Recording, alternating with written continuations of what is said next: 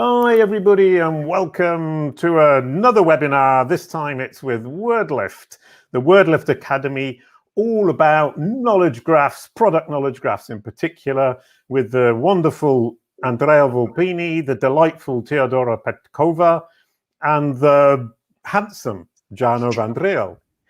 Knowledgeable, I'll say instead, so I'll replace that adjective. Absolutely lovely to be here. Welcome everybody. Thanks for having me. Yeah, shall we start with you, Jano? Really quickly, who are you and what do you do and why are you so good at knowledge graphs?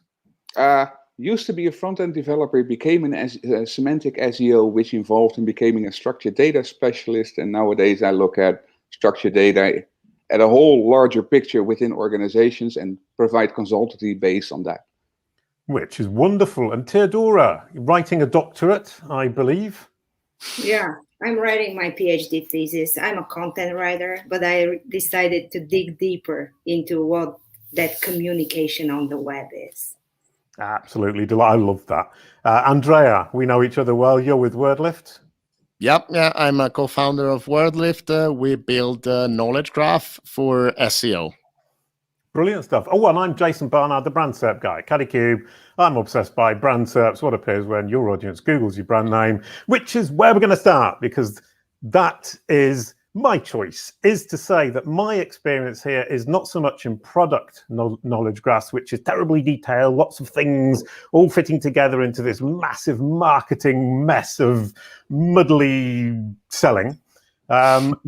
I deal with the bigger picture, which is the brand or the person and what appears when you search for the brand's name. So I'm here to kind of drive the conversation forwards and try and drag as much information out of Teodora, Andy, and Jano as I possibly can, so that I, like everybody watching, can learn about this specific aspect of knowledge graphs. So we're going to start off by saying, as we're going through this, I think we can look at it as saying that, Teodora, you're really into the theory, Andy's really into the marketing with the knowledge graph aspect, and Jano's really into the geeky tech stuff and actually how to do all of this in a practical manner. Is that a fair assessment, you three? Yeah. Wonderful. So I'm going to start with Teodora then. The theory, the overall overarching philosophical, doctoral, thesistical aspect of product knowledge graphs. How are you approaching this whole question? Wow, thanks for the wonderful question that almost answers what you're asking. The theoretical part, quickly for everybody. Empowered yet distracted user. Overwhelmed marketing department who are thinking that digital marketing is something different from what they did. And and they don't think it's functionally or formally different. They just think they need to get all the marketing communications and translate them or publish them on the web. They don't understand the hypertextual nature of content first. Next, brands and organizations are very slowly realizing that they are not to sell on the web, but rather tell on the web. Another theory thread, the web of data. You can't ignore the web of data when you're doing marketing communications. When you're connecting to the other through the web, you need these vehicles, or you need to dress that content into interoperable, meaning data that can be read by different devices and exchanged by different devices. So you need your content and your thinking to be informed by this giant web of data. A giant global graph is what Tim Berners-Lee calls it. Right. Okay. So the internet is a giant web of data. I mean, Andy, I know you build internal knowledge graphs. I mean, it's difficult enough getting your head around the idea that the web is all this interconnected data. But even within our organizations, we do a really bad job of actually having any representation in terms of data of our inventory or our content or anything else. I think that, yeah, the challenge of the knowledge graph is the challenge of representing reality. And that's very difficult when you deal with your own identity, and it gets even more difficult when you start looking at the products that you have that you want to talk about. As Theodora say, we don't use the word sale, but so building a knowledge graph is challenging in a way because it's a form of communication between the humans and the machines that kind of help us get through, you know, the digital journey. So we need to build knowledge graph in order to let AI system and machine learning and deep learning understand, you know, what we're doing and what we care about. And that's really, for me, the most important concept of a knowledge graph. It's like the connecting dot between the human and the machine. Right, yeah, I mean, because we're basically saying we're asking the machine to represent us to its audience or its users. And if we want to have any chance of it representing us in a way that we would wish to be represented, we have to communicate properly. And machines understand knowledge graphs incredibly easily. They don't understand unstructured data. Jarno, I'm sure you can take that to another level. For me, structured data, or even more the process of structuring your data, is simply a vehicle for getting things done.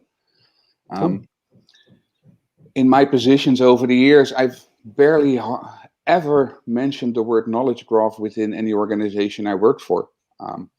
I simply started out pointing the the multiple points of failure within marketing systems or within products.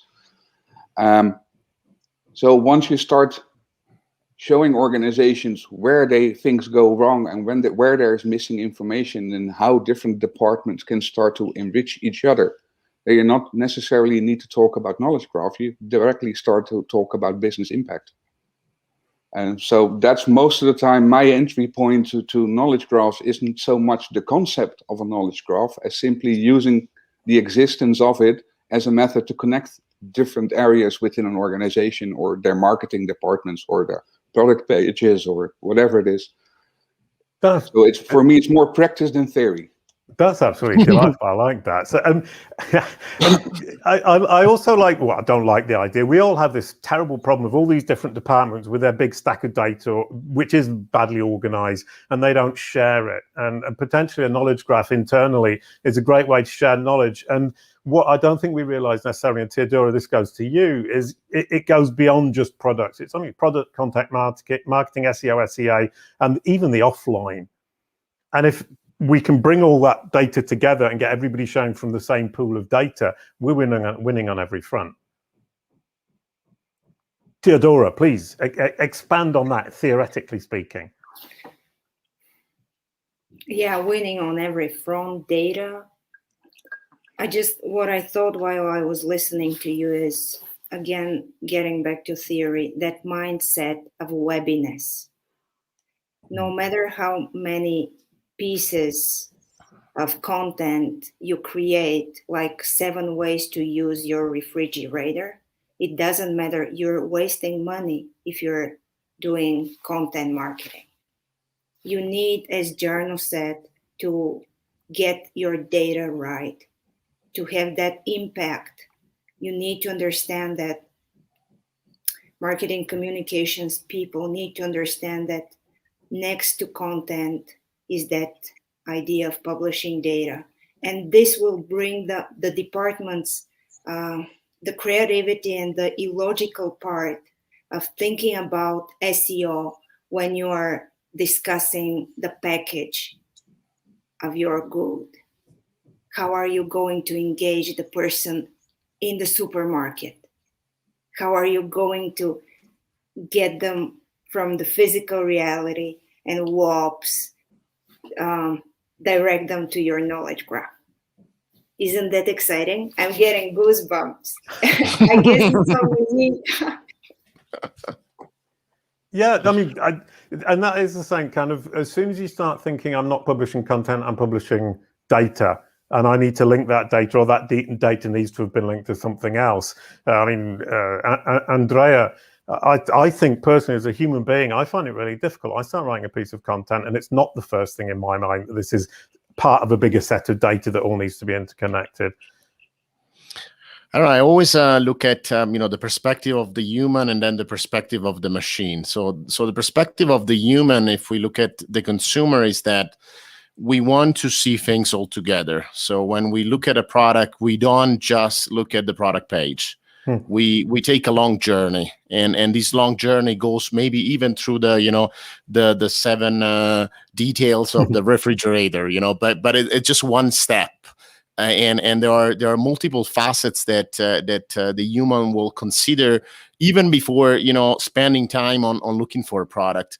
And in marketing, we then have this very narrow view where we then say, hey, that's the product page, this is how it should look. But in reality, things are way more complex. And the same it applies to the machine, because if you have to write a crawler, or if you have to build a knowledge graph from the things that have been published, then you want to collect these different data sets, and you want to have maybe a feed which is structured, which can be something similar to the merchant feed, but then you also want to see what people are writing on the web in natural language, and then you want to read structured data from these web pages, so that then you can consolidate all this information and store it inside your knowledge graph. So I always see that we have to look at these two perspectives: the humans that it's consuming the data, and then the robots that are using this data to create this representation, and the system that we use every day. I mean,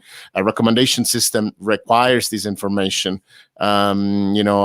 An email marketing platform requires this information. So everyone kind of needs this collection of data.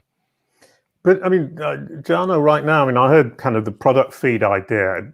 Most companies that I have heard of, obviously I deal with smaller companies than you do, they're thinking, oh, product feed, I've got to start organizing my data. What a bore and how horrible. And that's unfortunate. Yes and no. When you first start doing it, it's not fun, because you don't know what to expect, what the outcome is going to be of your efforts, and you really need to put in some serious efforts, even if it's for something that most companies do, like setting up Google Merchant Center feeds. That's a pretty common thing to do, but getting your data set in order, that's often torturous experience for a lot of companies. The interesting part is once you've done a good job, is look at the possibilities you created for yourself. The downside of doing that is that most companies do these efforts in separate silos. So today they decide to start working on Google Merchant Center. Tomorrow they decide to do something on Facebook. And the issue often lies already in the early stages of businesses, when they're still a small company and they're just trying to build up their business. And it's already at that point where companies make bad or mal-informed decisions. And one of the things small companies really have to be aware of is, once you start to push into new areas for your marketing, make sure you take the time to already make inventory of the type of information you're going to be needing to do that, and hold that information to any other effort you're going to be doing. Because by comparing different marketing outlet channels, you actually can start make a good inventory for your future product knowledge graph, as in regards to which values do I actually need for all my products to be able to do email marketing, to be able to do AdWords. So it's not just a thing for big companies. It's a thing for big companies, is because they didn't look at it when they were still a small company. So the earlier start inventorizing your data warehouse, so to say, your data needs, and the better you organize that, the easier it becomes to grow. Because then you're starting to plug in additional information, as opposed to creating separate data sets for every outlet there is. Yeah, I mean, once you've got all your little data sets and they're all separate and fragmented, it's incredibly difficult to bring it all together, especially when it's siloed down. Teodora, that's a big problem, is, as you said, Jarno, companies tend to do things in little chunks, with different people who are owning that particular little chunk, with all different ways of thinking. The advantages of centralizing it are obvious, but the practicalities are incredibly difficult. Teodora, that was it was an open-ended question that wasn't really a question, and I do apologize. Yes. I was thinking about, maybe it touches your open-ended question, that idea of bringing everything together and understanding your business. That's the very heart of relationship marketing and of building relationships. Why? Because it's a knowledge-intensive business. It's a knowledge-intensive activity to engage meaningfully with people. Also, you need to a business needs to be able to talk within itself. What Jarno is talking about is also, for me, valid within the business. That is, you have internal audiences. So you have algorithmic audiences, you have external audiences, and you have internal audiences. The people who are writing the content or are doing the things, they need that knowledge base. They need knowledge. So again, keyword, knowledge intensive, knowledge as an edge. Yeah, I mean, there's also the question of being consistent across your brand, but also your products. I mean, I'm obsessed by brand. Building Kalicube Pro, which is a platform for basically making your brand message consistent across the web. I realized that most companies, including my own and myself, are a long way from being consistent, however consistent we think we are. And when you take that at a brand level, I'm looking at it and thinking, aren't we all foolish? And aren't we all rubbish? But it is different departments. Even in my company, where there's only 2 people, 2 different departments, 2 different approaches, 2 different ways of saying things. And then you multiply that by 7 or 8, 10, 15, 20 departments and 5,000 products, or even 100 products, as you said, Jarno, for a small company. It's a phenomenal problem that knowledge graphs solve, Andy. Well, I mean, you create a really this scale. I like a lot Jarno's example that you have to start small, because I mean, in a small organization, you still kind of organize stuff, and everyone struggled with putting effort in managing metadata, because it's, in the beginning it's not exciting. I agree, but then the degrees of application of this work are so huge that, even if you just run email marketing and ads, or even if you just do SEO and ads, then you see the advantages that kind of scale. So it's one of these things where you put effort and then you get a lot of value. The big problem is that this value is previously unknown. It's very hard to kind of estimate, what are we gonna get from these data quality improvement effort that we're gonna make, and that's hard, because it highly kind of depends on the type of data that you're managing and the level of competition. I mean, I was running today these analysis on a decent kind of a decent size retail shop in New Zealand, and I was looking at an increase in organic clicks by 16% by improving the data quality on their product pages. So, but if you look at it, it's kind of a minimal impact compared to what you can do now that you have better data for this product, because I mean, it can help you organize the logistics in a different way. It can help you create a better recommendation system for your email marketing campaign. So it's really a gold mine, but it's very hard to kind of estimate these. I think we have a question from Jenny Hill. How do you help business see the big picture? How do you sell it to the boss? I was going to be my next question. Thank you, Jeannie. You're a genius. Jeannie the genius. Go on, yes. Andy. I'm sure you've got an answer.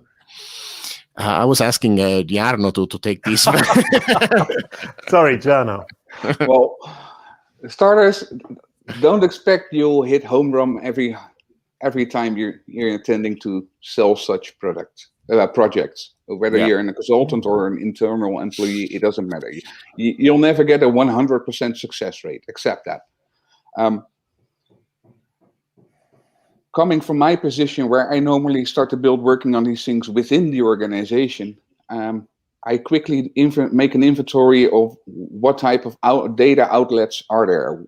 Which marketing channels do we need to optimize? Which marketing channels don't we use? So looking at it from a wider perspective, and simply as on marketing, you can easily recognize if there are possibilities in better, let's say it, advertisement or better targeting on Facebook or email outreach. So make an inventory of where the opportunities lie and make sure to sell one of them to the big boss. Yeah, well, Because one addition. Exactly. Make an inventory and see where you think you can make the biggest impact, and start with selling that single side project. Yeah. As you start building up successes, it becomes more easy to start telling the bigger picture, because if you're just doing it based on your ad system, it's a small case to sell. But once you start involve email marketing and you start to involve content creation, and you actually start to show within the business case by case that you're improving numbers, whatever the metrics are, then you slowly start to work towards the bigger picture. Don't try to sell the bigger picture immediately. You'll lose the selling the bigger picture is always the wrong.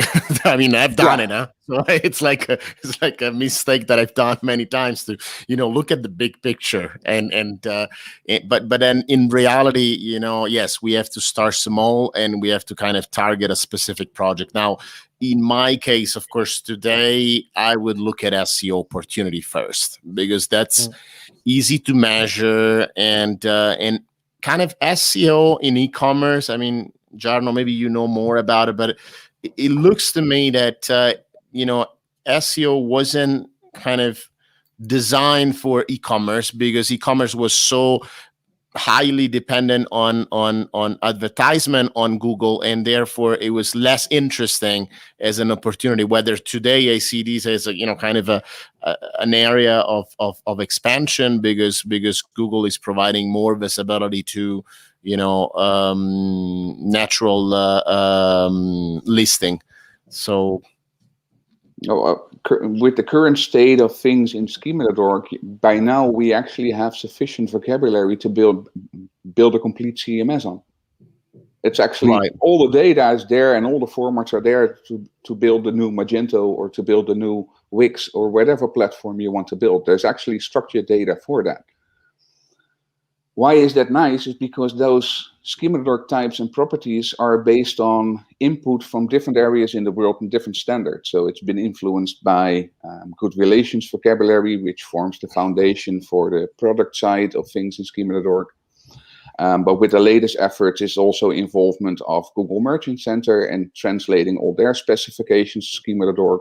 And then we also have GS1 vocabulary, which takes you a level deeper for people like manufacturers or wholesalers.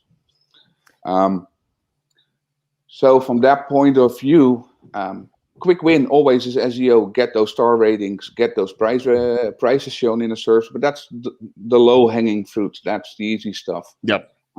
Second easy one is always go sit down with the people that do the ads. Go look at the numbers with them. Go do your keywords research with them, and try to discover which areas you're not doing well or you haven't exposed yet. Because most of the time when people doing ads run into issues, I can't go into this product group or I can't make ads for this, is because the system itself on the website isn't able to filter or slice and dice for the things they want to advertise for. For example, green sneakers size 38.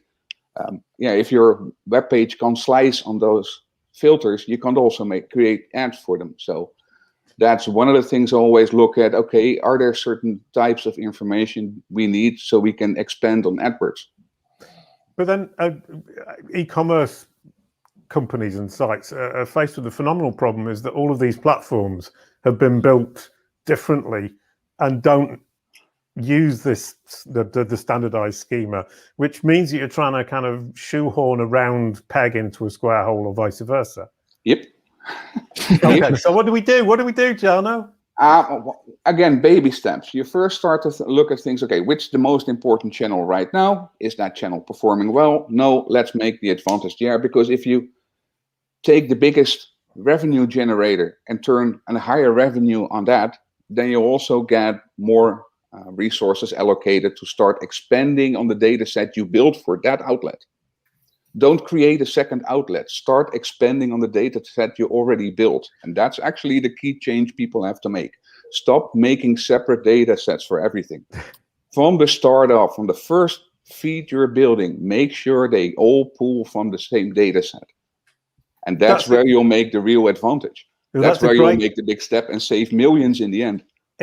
Yeah, sorry, excuse me, I'm interrupting, but that's a great quote, and I really want to kind of focus on that, is stop making multiple data sets for the same thing. And Andy, one thing I was thinking about is what you guys do at WordLift, which is start with a small chunk, which is manageable, i.e. one section of your catalog, and do that, prove that it's going to make you more money, then move on to the rest, which A, gives you a manageable chunk, and B, gives you that first proof of concept. Go ahead, sorry. Yeah, also, I mean, the linked data infrastructure that we use, it helps us because we create these unique identifiers for each item.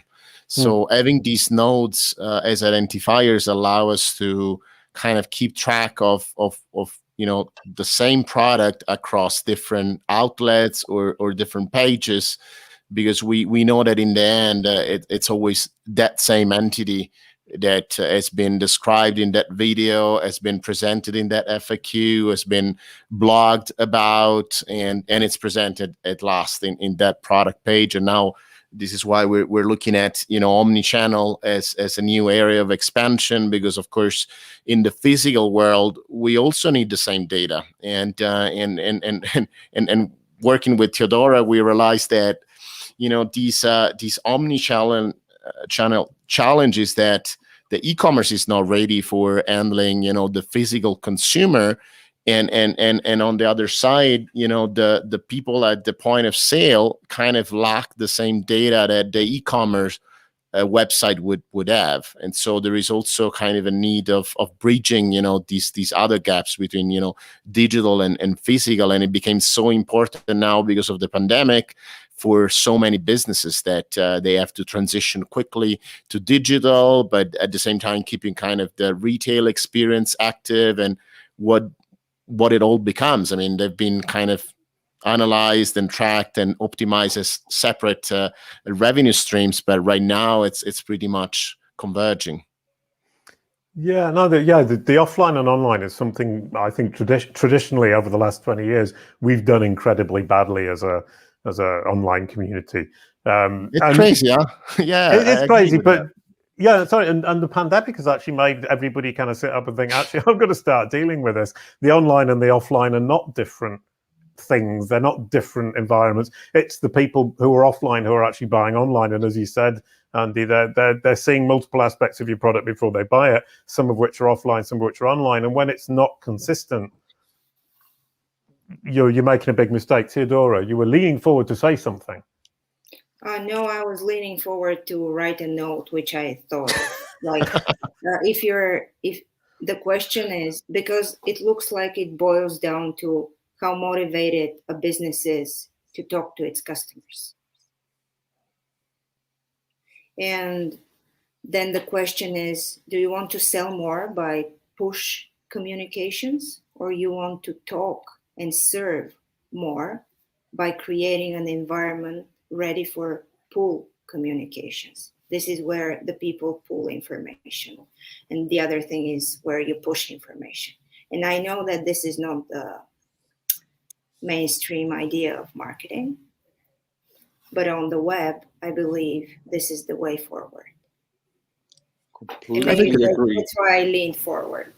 Right, which is kind of ironic, because I remember back in the day in '98, you would click on links, and the idea is you would end up down this rabbit hole of just clicking on things you thought were interesting, which is terribly pull. And Google and other platforms are going increasingly push, which is contradictory to what you just said, and probably contradictory to human nature and what we're all actually looking for. Can anybody expand on that silly idea? On the practical side, if I may, how I see this translate within businesses is businesses tend to, when creating strategies, businesses tend to have an inward view of things. Yeah. They're looking at their needs and what they want and what they need of their customers. Actually, don't even see them as customers. They see them as resources. And that's the nice thing of building connected marketing and actually care about the story you're telling, and is you're reversing that process. your big selling point is not you are there for us. No, we are here for you. And as vague as it sounds when we're talking about using structured data, knowledge graph, and semantic information for that, there is literally a whole practical side you can implement, which goes beyond the theory, but actually completely undescribes what the theory is saying about these technologies. The one thing that just struck me is it's kind of ironic that we're saying, oh, we're going to use knowledge graphs to actually think more about the customer and less about ourselves. But would it be fair to say that the knowledge graph actually then extends out, because the knowledge graph is just entities with relationships and attributes, that relationship idea is actually terribly useful for marketing, because the customer then becomes a relationship to our knowledge graph through our products? In the multi-touch marketing world, where attribution becomes more difficult every single day, it starts to become so important that everything unites together in the way a business expresses themselves or sells their product or whatever they do online. You have to have an homogeneous, how do I pronounce that word? A single form of communicating who you are, what you do, what you're selling, why you do what you're doing. And for that, you need to be able to connect the dots within your organization. But that means you have to look outward and see what the outside wants to have of you, as opposed to only thinking about what it is you as a business need. Yeah, I mean, as human beings, we're all the star of our own film, and we carry that over into our businesses, all terribly egocentrical. Egocentric, I'm adding extra syllables just for the fun of it. Just a really quick point, Andy, if there are any questions, do interrupt me, because I don't have access to the chat window. Yep. I think we're monitoring. No questions so far. Oh, we do have one, but from Theodora. Please, can you type it into the chat? I have an answer to a question that is not posed yet. I just wanted to say that there is this super thick thread between knowledge graphs and marketing communications, and it's super hard to argument that in an academic environment, although I bang my head and continue doing it. But the relationship is, look at this, relationships, meaning, knowledge. So this is the answer to an unknown question. It's the answer to a question nobody asked, but it actually fits in with everything else that we're talking about, and that kind of whole philosophical aspect. Now, one thing, Jana, you mentioned earlier on was the GS1, which I know you're really keen on, because you got this idea of saying we need unique identifiers, because these different data sets mean that we've got lots of different identifiers that are different in each department, and products end up getting mixed up, maybe. And the GS1 is your super favorite solution to that problem. Well, I didn't imagine GS1. It's around for, was it 70 years already, I believe? All right. Or even. Yeah. I've been asleep under a rock then. All right, fair enough. So the GS1 is the global organization that provides G10 numbers, practical terms, barcodes, and things like that. Right. So they make sure that every product out there on the market that, for example, gets sold in a supermarket can actually be scanned by systems, because there's a unique barcode on that product. So they've been providing unique identifiers for products long before the internet existed, thus making retail possible. Online, I know from projects in the past that issues companies like eBay and Amazon had is that they had enormous data sets without unique identifiers. So that, for example, things like kitchen utensils could lead to, well, let's say 70,000 roughly unique products, which actually aren't unique products, where we're separate G10 numbers and variants of one product group. But because those companies didn't have unique identifiers to extract that information, you ended up looking for table utensils in one of those systems, and you could scroll until you died of old age, and you still would be seeing the same table utensils. So those unique identifiers allows you to coagulate a lot, and not coagulate, merge all your different products into actually the products you have. which isn't so much an issue for most of web stores, but it's an issue for organizations like marketplaces, auction websites, and organizations like that. They need to make sense of all those different feeds they're getting and all those products they're getting into their systems. And that's where GTIN numbers greatly help you identify which product belongs to which product and which products are variants from each other. So that's why I'm quite crazy from that point of view about the GS1. And next to that, GS1 has its own vocabulary, which, don't let me sell it short, it's not an extension of schema.org, but it certainly has taken schema.org into account while they designed their vocabulary. And they've taken it a few steps further, and by now things of that vocabulary are starting to drip back into schema.org, and we're actually taking each other into account all the time. So sorry, go ahead, Nandi.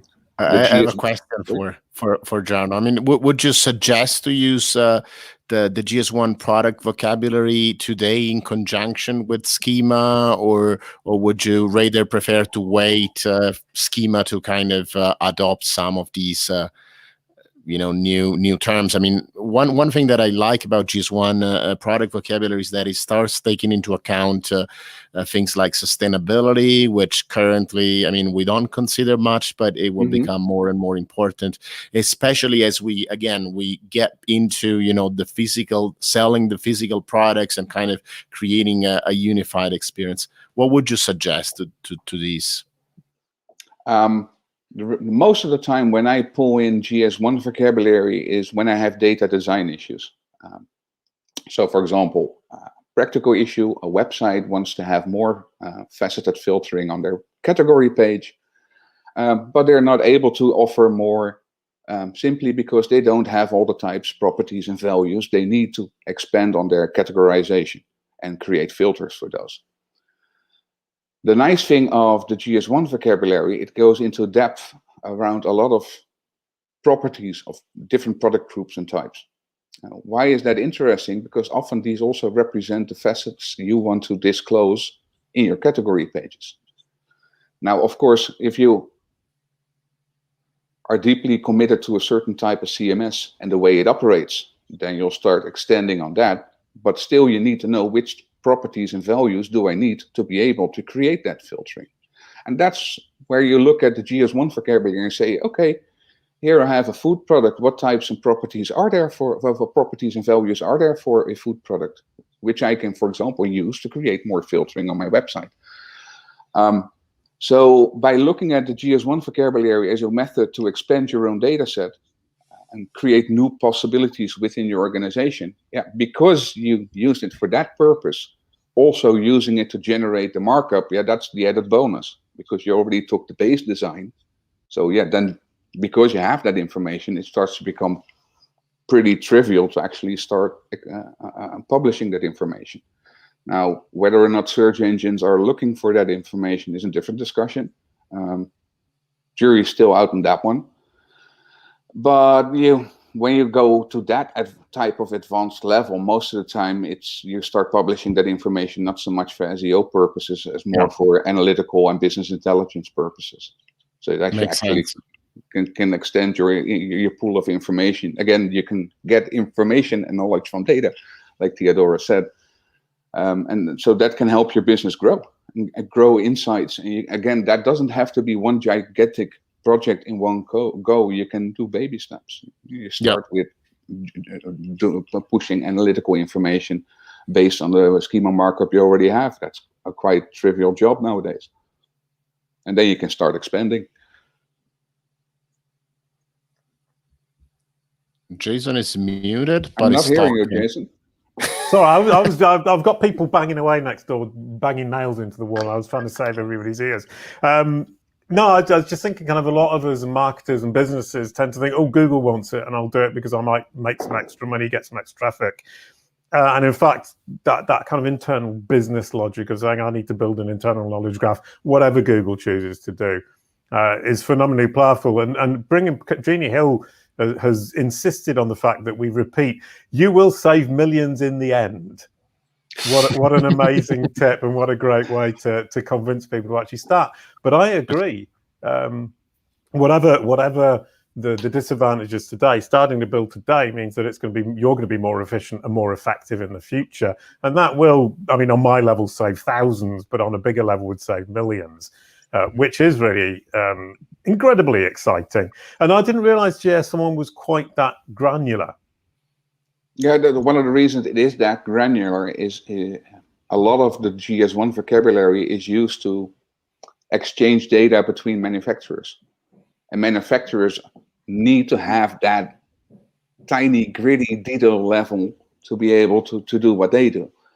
So it's from that point of view, it's for a different need and for a completely different purpose, or finds its origin. Right. Okay. Sorry. Go ahead. We got a question for Jason. I think how important are knowledge graph panels for direct to consumer brands, and is it correct that getting a knowledge panel it kind of depend on the popularity of the brand, or how much it does depend on the structured data? I mean, this is Jason, your bread and butter. Huh? It is my bread and butter, and there are multiple questions there, and I could easily talk for an hour about this all on my own and not shut up. So cut me off if I do go on. But number one, wiki isn't necessary. I think that's kind of something, a dangerous mistake people are making, is A, polluting the wiki world, and B, thinking that's the only way in. What I'm seeing is that Google has multiple verticals with multiple knowledge graphs, all of which have knowledge graph IDs attributed to them. So Google Maps has one, Google Books has one, Google Podcasts appears to have one, Google Scholars, obviously. And also the web index has a knowledge graph with knowledge graph IDs attributed to certain entities within it, images too. And what I'm looking at here is Google is porting all of these little by little into the main knowledge graph. So actually, that's a great trick. Those are great. If you're in a vertical and you're sufficiently well understood within that vertical, it's actually relatively easy. I mean, I don't say it's fast. It's easy, simple process, takes a lot of work, and it's not fast, but you can actually port things across. I ported my sister, which is a bit weird, from Google Books into the main knowledge graph. And it was pretty easy. And it didn't require a wiki page, and it just required providing the information, getting an entity home, which is vastly underrated as a lever to do this. Make sure Google understands where it should be looking for the information from the horse's mouth. Then going and corroborating it so that Google can say, I am confident enough to put this in the main knowledge graph, and I know I'm not going to be polluting the main knowledge graph with rubbish information. So that's number two. And number three is the popularity of the brand. That's a question I get asked all the time. Wikipedia, Wikidata rely on notability guidelines because they don't want everybody and anybody in there who aren't actually interesting to people, human beings, or worthy, in inverted commas, of a place. Google doesn't care. It just wants to understand. So the idea of notability within the context of Google's knowledge graph is not a concept you need to worry about. Google simply wants to understand everything and everybody in the world, so everybody can be in the knowledge graph. After that, do you get a knowledge panel is a whole different question, which is based on confidence, geolocation, and the probability that the person who's made the search is actually looking for that brand. Then you move into the idea of, if you have an ambiguous brand name, that ambiguity immediately becomes much higher. If there are multiple brands within the same region or multiple people within the same region, Google will tend to go with the more popular one because it's more probable. So I've answered several questions really quickly. If anyone wants to learn more about that, just ping me and contact me. Thank you, cool. Andy, for the question. I loved it. But actually, Jeannie was asking a question about pool, which is Theodora. Yes, that's for Theodora. Oh, go on. Off you go, Andy. I'll let you.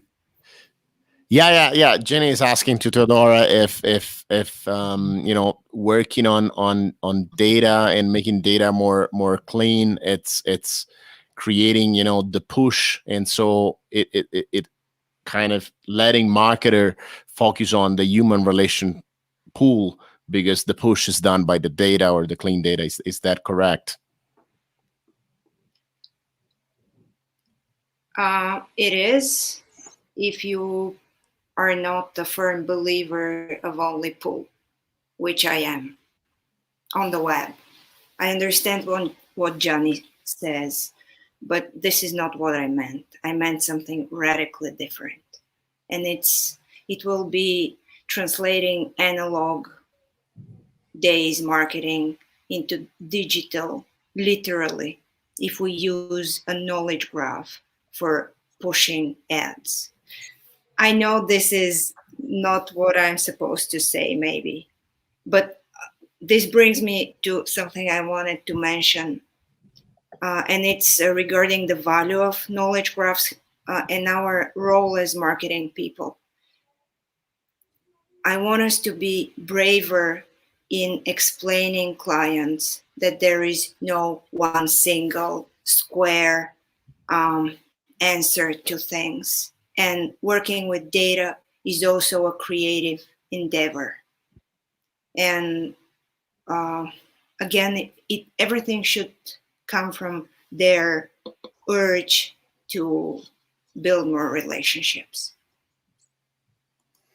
Right. In a way, a relationship, it's also providing the means for a search engine to answer to questions, which is, I think, it's pull.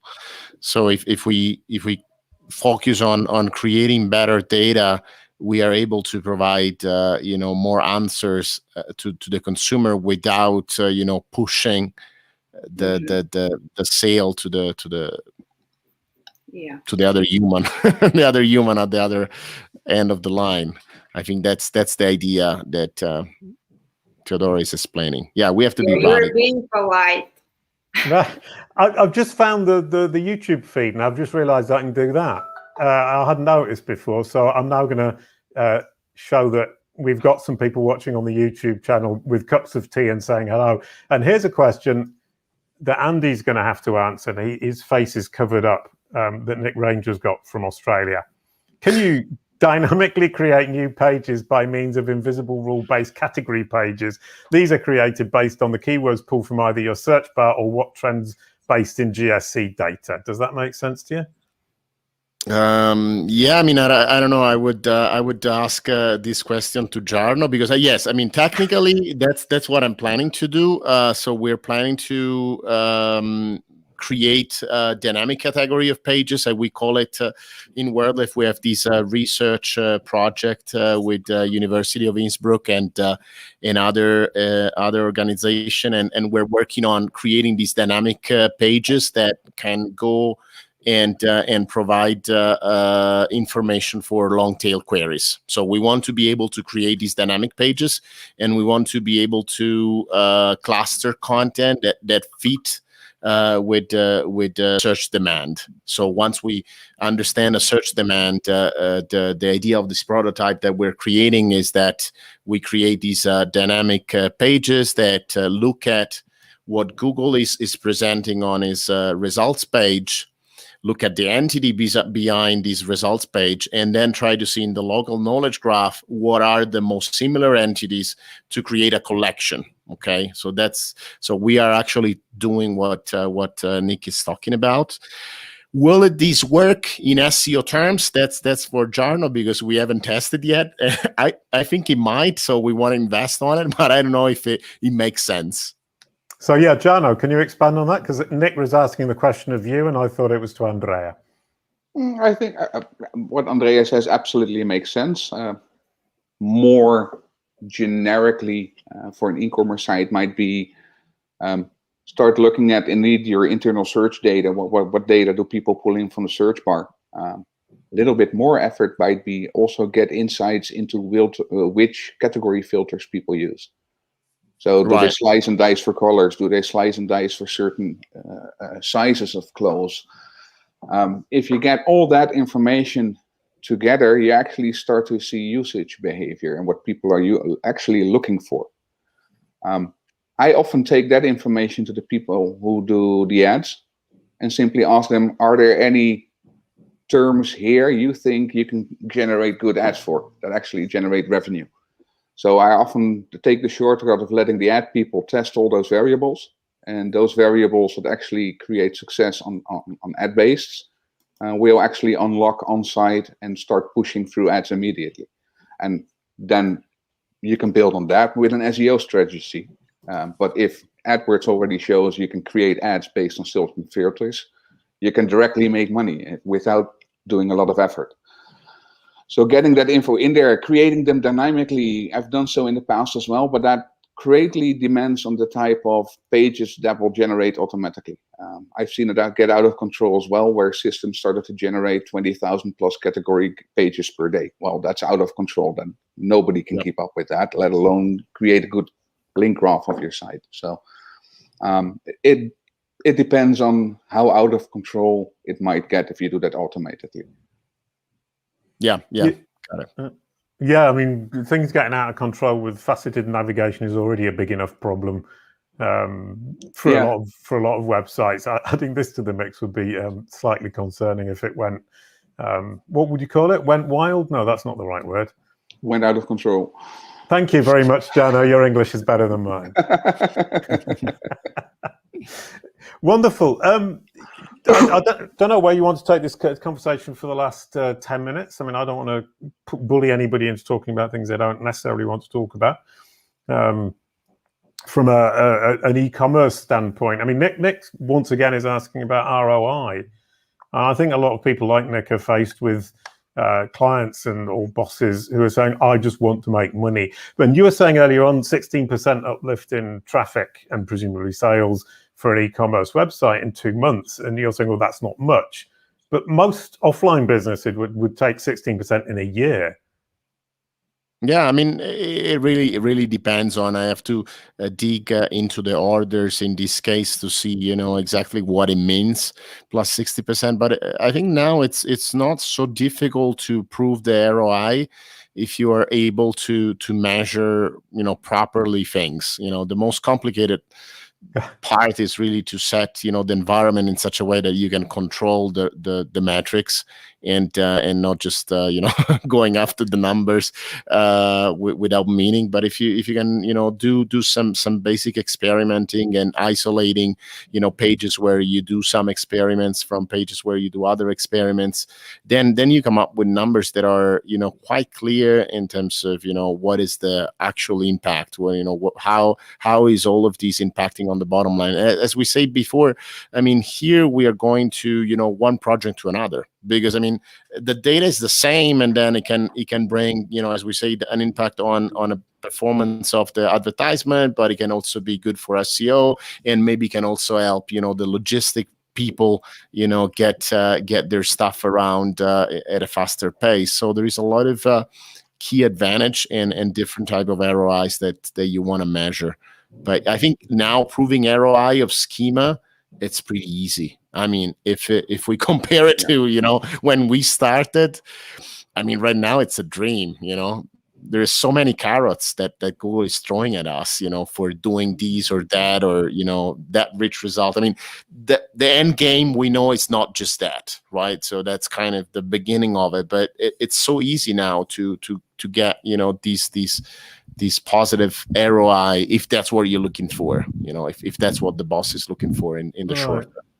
And moving on to kind of more philosophical point, I mean, loads of people are saying, or some people are saying, Google throwing these carrots at us so that we will implement schema markup, so it can train its machines, and then it can drop the schema markup and get on with it itself, and it won't need it anymore. Jano, I'm pretty sure you're going to disagree with that.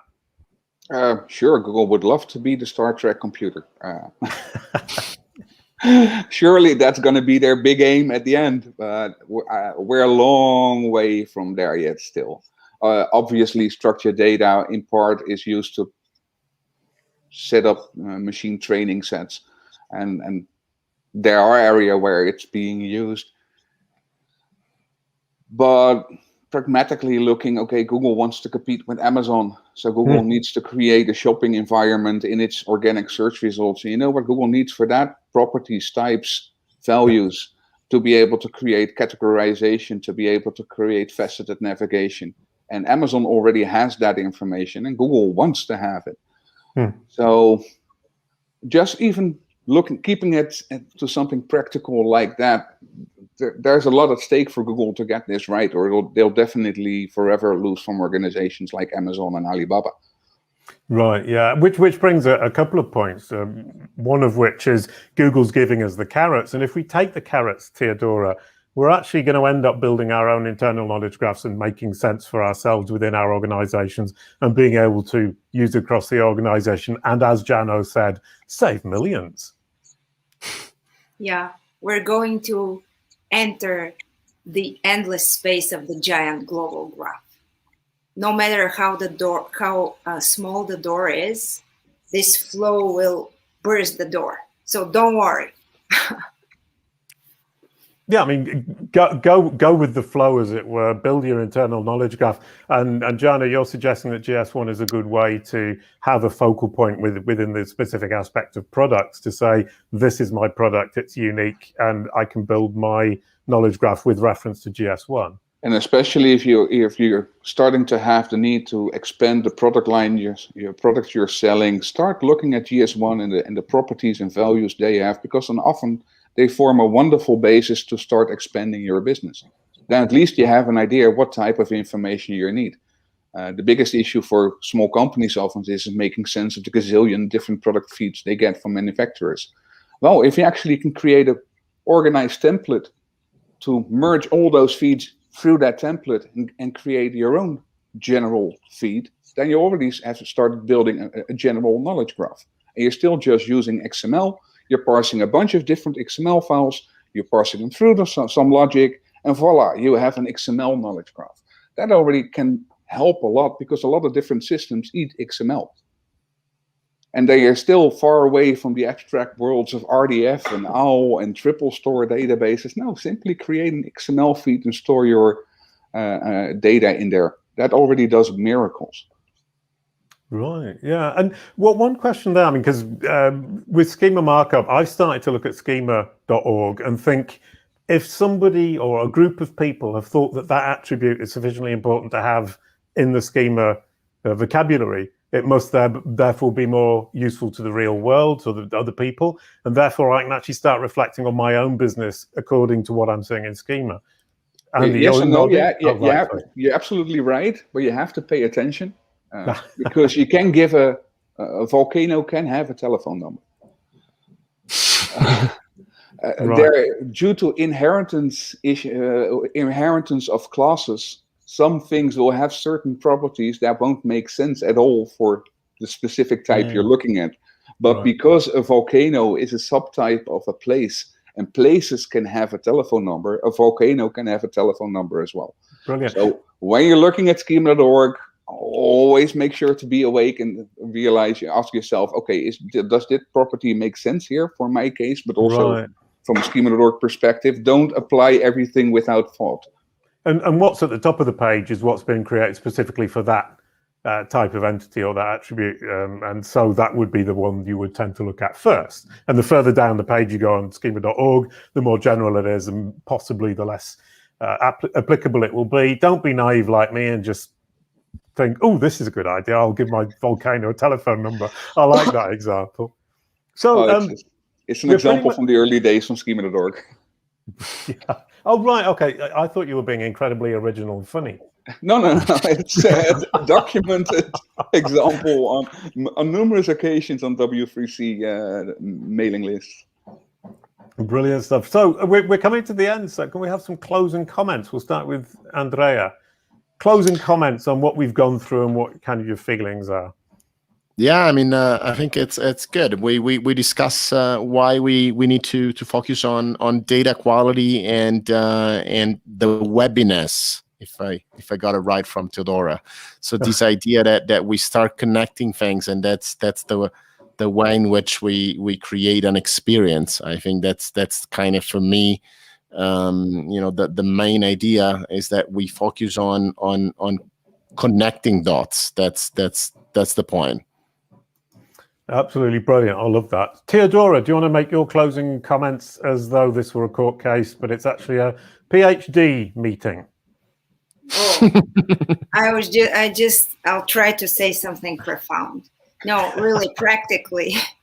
When we think about content, let's think about data also, and let's work with people like Jarno and like Andrea, and make that marketing thing a creativity burst which doesn't have to be the cool copywriting thing you can write down, but it can also be the creative way to engage people through data. Brilliant. So we can add a phone number to the volcano in the end, thanks to this creativity. Theodora's advice is work with Jarno, work with Andrea, don't work with Jason. Jarno, can you pull me out of the fire here, please? Jason is much more eloquent in the way he expresses things. I'll probably rub your toes in the process. So I'm a blunt guy from the Netherlands, so yeah. If you want somebody who is actually nice to you, call one of those three without me. Brilliant. So concluding comment from Jarno, schema, structured data, and GS1 for products. Don't be intimidated by the idea of building knowledge graphs. It starts with very basic steps. You can build a knowledge graph in an Excel sheet. You can build a knowledge graph in an XML feed. Just pick a point. Pick a point somewhere in your business where the biggest need for the organized data is, and start organizing that data. And once you've done that, start building on that and make sure you hook other systems into what you've built. It could be an XML file right now. Maybe it's a MySQL database in the future, and maybe it's an entire Amazon cloud for 10 years from now. You don't know. But you need to start as early as possible creating organized data, and don't build multiple data sets. Merge it all together. Absolutely brilliant. That was genius conclusion. Thanks, everybody. I'm just going to show this, which is a special offer from WordLift e-commerce SEO. wow. 40% off. Get more That's exposure to your products on Google search. Andrea's saying it's a lot. I think it's a lot. That hasn't been Surprise, approved. okay. This hasn't been approved. I mean, who did this, Jason? Oops. Well, I'm not part of WordLift, so I'm allowed to offer 40% off. No, it is actually a serious offer if anyone wants to take it. Actually, Jarno, think about what you said. I mean, I've been building Kalicube Pro. I built out a relational database, which is incredibly complicated because I don't know how to do big data. And I'm beginning to think it's not a bad thing, because it really means I've had to organize everything in my own brain and not rely on a machine to do it for me. And I can actually explain my database to people, and I can find things in it, and I can dig data out that I'm quite surprised at times. And that just comes down to sitting down, or actually it comes down to waking up at 3 o'clock in the morning pretty much every night and thinking, oh, I could reorganize it like that and move that there and add this there. And it's been an incredible experience. So Kalicube Pro, incredible experience for me. Jarno, Andrea, Theodora, thank you very much. I thought that was absolutely brilliant. I learned loads. And you're all delightful. Ciao, ciao. Thank you. That's awesome. Bye-bye, everybody. Thank you for everybody for watching. I almost forgot that part. And I just remembered it's me who ends the broadcast, and I'd forgotten that too. So, ending on the world's worst presentation person thingy in the entire universe. Goodbye. Thank you for being here.